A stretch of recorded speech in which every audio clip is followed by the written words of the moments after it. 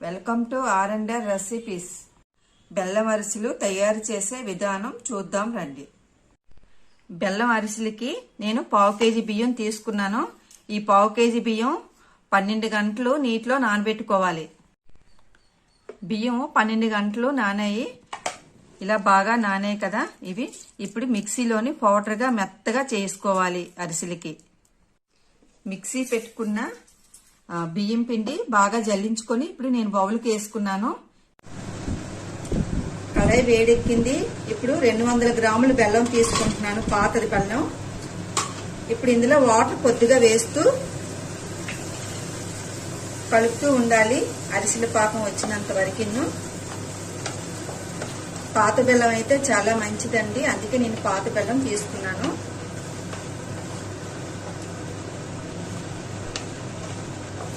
బెల్లము కరిగింది. ఇప్పుడు వడకట్టుకోవాలి. ఇలా వడకట్టుకోవాలి. ఏదైనా తొక్కు గట్ట ఉంటే ఉండిపోద్ది, కానీ ఏమీ లేదు. ఈ బెల్లం మంచిది, పాత బెల్లం కదా, ఏం లేదు తొక్కు. ఇప్పుడు నూనె వేసుకోవాలి. నూనె వేసి పాకం వచ్చేంత వరకు కలుపుతూ ఉండాలి.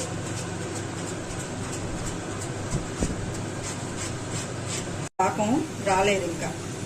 ఇప్పుడు పాకం అయినట్లుగా ఉంది, ఒకసారి చూద్దాం.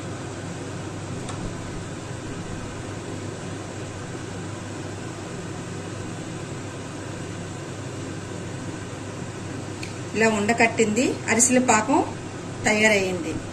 ఇప్పుడు మనం పిండి వేసుకోవాలి. 200 గ్రాములు బెల్లం వేసాం కదా. ఇప్పుడు 1/2 కేజీ పిండి వేసి కలుపుకోవాలి, ఉండకట్టకుండా.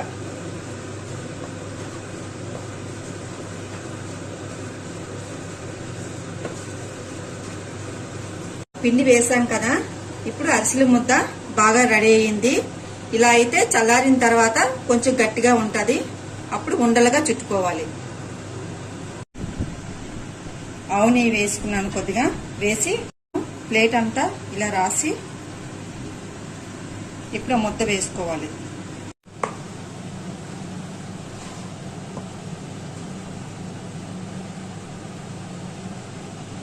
చల్లారింది అరిసెల ముద్ద.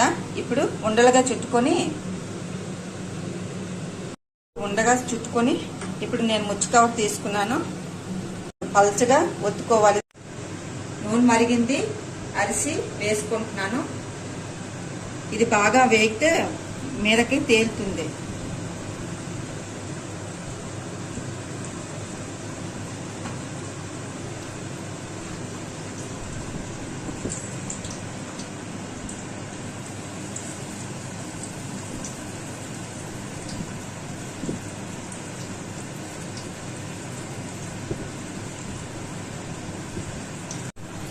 ఇప్పుడు అరిసి మీదకి ఇలా తేలింది.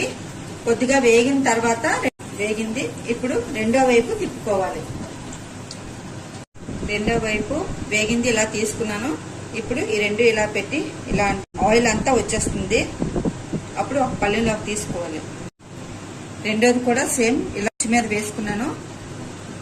నూనెలో నెమ్మదిగా వేసుకోవాలి.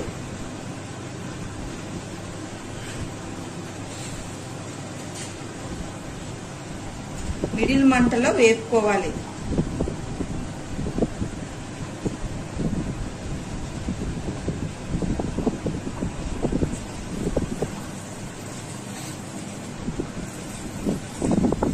ఇలా తేలినప్పుడు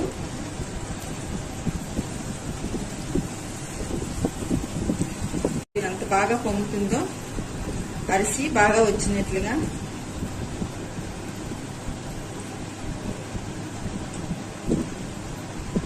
ఇప్పుడు రెండో వైపు తిప్పుకోవాలి.